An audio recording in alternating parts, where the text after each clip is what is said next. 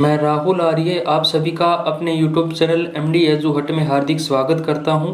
उम्मीद करता हूं कि आप सभी स्वस्थ होंगे। आज हम एक विश्वविद्यालय की तरफ से PhD प्रोग्राम में एडमिशन के लिए जारी किए गए नोटिफिकेशन के विषय में चर्चा करने वाले हैं। तो चलिए वीडियो को शुरू करते हैं और सबसे पहले हम डिपार्टमेंट वाइज सीट्स को यहाँ पर जान लेते हैं।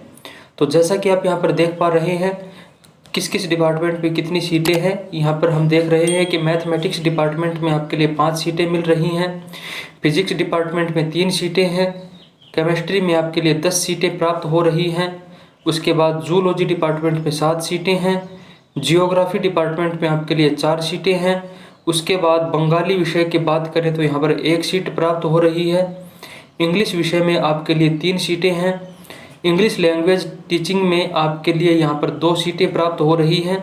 उसके बाद पॉलिटिकल साइंस डिपार्टमेंट की अगर बात करें तो 4 सीटें हैं, एजुकेशन विभाग में आपके लिए 2 सीटें हैं और लाइब्रेरी एंड इंफॉर्मेशन साइंस में 1 सीट आपको प्राप्त हो रही है।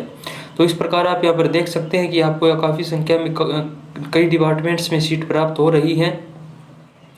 अब यहाँ पर एडमिशन के लिए एलिजिबिलिटी क्राइटेरिया जान लेते हैं।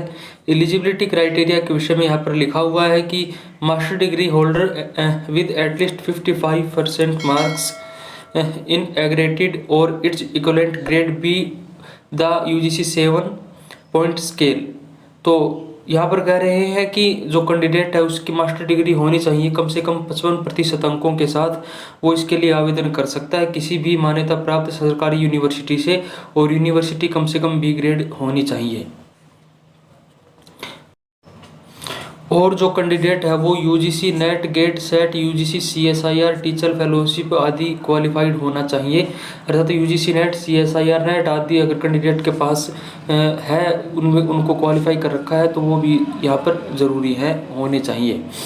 और रिलैक्सेशंस के बारे में भी यहाँ पर बता रहे हैं कि 5% अंकों की छूट दी जाएगी किन कैंडिडेट्स को जो कैंडिडेट SC ST या OBC नॉन क्रीमी लेयर से संबंध रखते हैं या फिर डिफरेंटली एबल्ड हैं अर्थात PWD के अंतर्गत आते हैं। द एलिजिबिलिटी मार्क्स ऑफ 55% और an equivalent grade in point scale and the relaxation of 5% to the categories mentioned above are permissible based only on the qualifying marks without including the grace marks procedure। तो ये कह रहे हैं कि जो SC ST और OBC candidate हैं उन कैंडिडेट्स को यहाँ पर 5% की यहाँ पर छूट मिलने वाली है।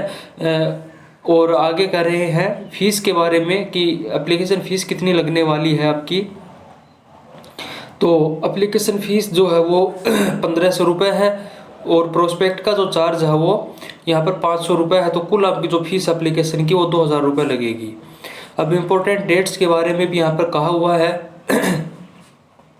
ऑनलाइन एप्लीकेशन जो है वो आप 19 अप्रैल से 7 मई तक लगा सकते हैं और फीस भी आप इन्हीं दिनों में अपनी सबमिट कर सकते हैं।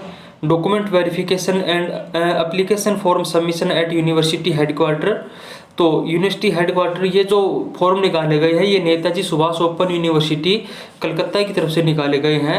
तो कह रहे हैं कि जो कैंडिडेट्स फॉर्म भरेंगे उनके डॉक्यूमेंट्स को की वेरिफिकेशन और एप्लीकेशन फॉर्म जो सबमिट किए जाएंगे वो 11 मई से 12 मई 2 दिन ये कार्य वहाँ पर होने वाला है।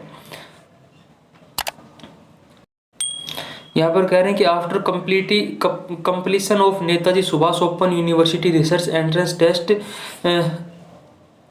और selected candidate list will be published on the official website.